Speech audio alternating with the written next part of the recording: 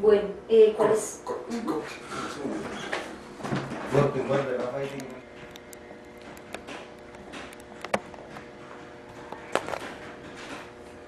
Bueno, entonces, una pregunta que creo que va de la mano con la anterior, porque pues, por eso la pensé en ver. A ver, ¿cuál sería el legado de las vanguardias en la poesía de hoy? El legado de las vanguardias. Rafa, ¿a ti de qué te han servido las vanguardias?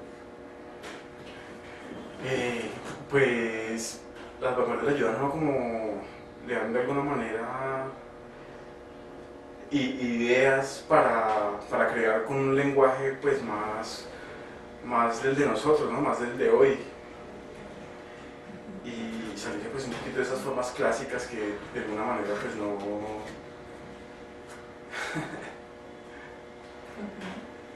Anyway. Flaco, por favor. Bueno, no, realmente la vanguardia. Corte.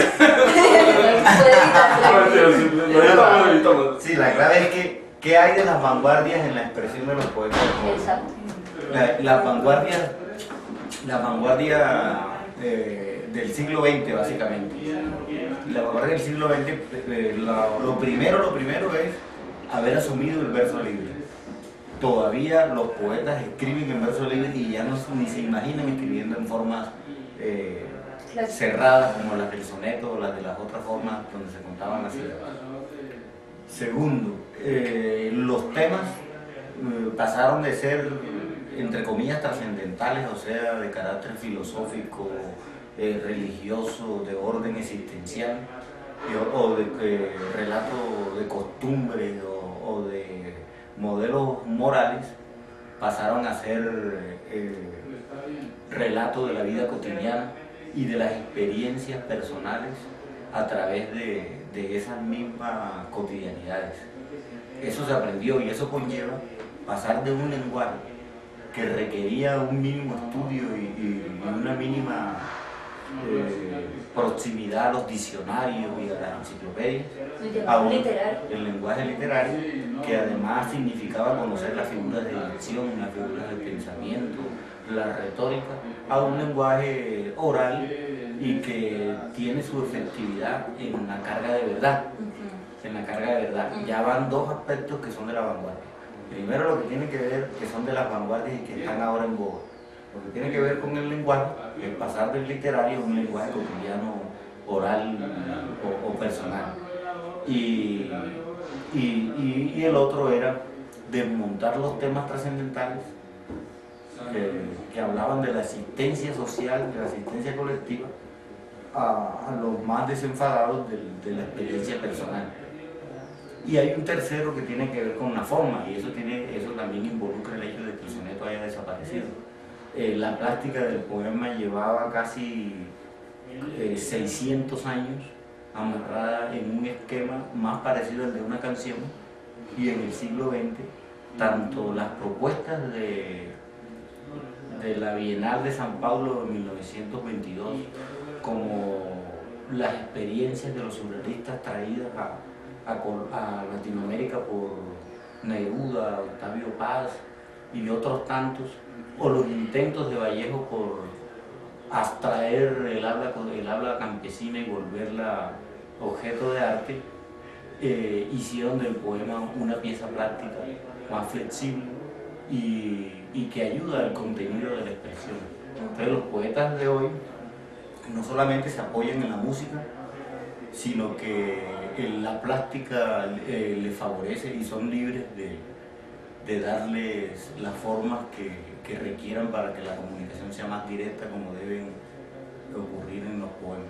¿De alguna manera perdió sus fronteras la poesía? Es decir, su especificidad como pieza, con palabras.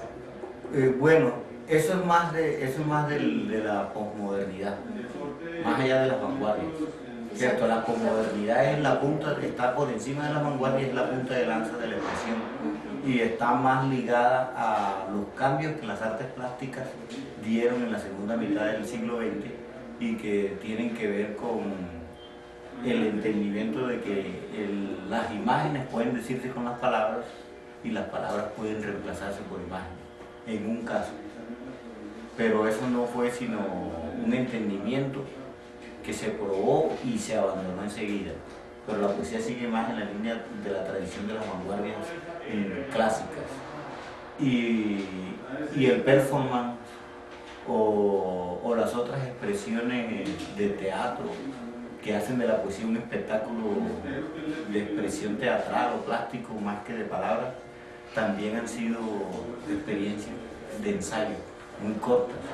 Pero la poesía, la que vale, la que mide, la que nos dice qué es la poesía de hoy, está todavía escrita a las formas de las vanguardias. O sea, le debemos a Octavio Paz, le debemos a Nicanor Parra, le debemos a César Vallejo, a Luis Borges, a Pablo Neruda, al argentino, bueno, se me va el nombre ahora, este argentino de principios de siglo, todo lo que ahora los poetas utilizan como recurso de expresión. Pero la poesía es como algo más general que el poema, ¿no? Pues, el poema o el cuento o la novela, pero la poesía parece que de pronto estuviera también en esas otras expresiones del arte. Como Sí. generalidad. Sí, la poesía sí. Pero podría decirse también que el poema. Si de un cuadro yo saco un poema, es porque el poema estaba ahí. Y la poesía siempre es mucho más grande de lo que un poema encierra. Entonces, claro, la poesía está en todas las artes, pero solamente la podemos hacer tangible cuando se convierte en poema. Cuando un cuadro lo podemos, o una música la podemos traducir en unas palabras, y esas palabras tienen emoción poética, entonces ya son un poema, o sea, noticia de lo que es un evento de la poesía. Pero la poesía en sí es tangible y poética. Bueno, y hablando un poco de eso, ¿cuáles son las fuentes de tu poesía, de tus poemas? Las fuentes de mis poemas, pues... ¿De qué te nutres? Pues yo creo que de sensaciones, de sentimientos, de estados del alma, a veces un poco hiperbólicos, ¿no?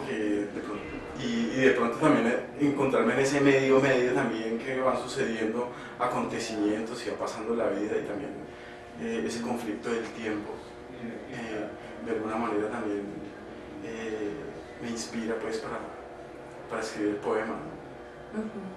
Sobre todo, y esas sensaciones que a veces se necesita como expresarlas y hacerles lenguaje y poderlas apreciar y discernir también como situación personal, filosófica o inquietud intelectual, ¿no? Y pues básicamente eso, esas dos situaciones. Y por ejemplo el cine, la música, las lecturas, ¿qué lugar ocupan en tu poética? De alguna manera también encuentro ahí un gran matiz de emociones y de sentimientos, ¿no? Pues yo considero la poesía como principalmente eso, ¿no? Expresar una emoción, poderla transmitir como una onda y ahí está el trabajo artesanal del poeta, ¿no? Tratar de hacer tangible eso. Y el cine, pues yo soy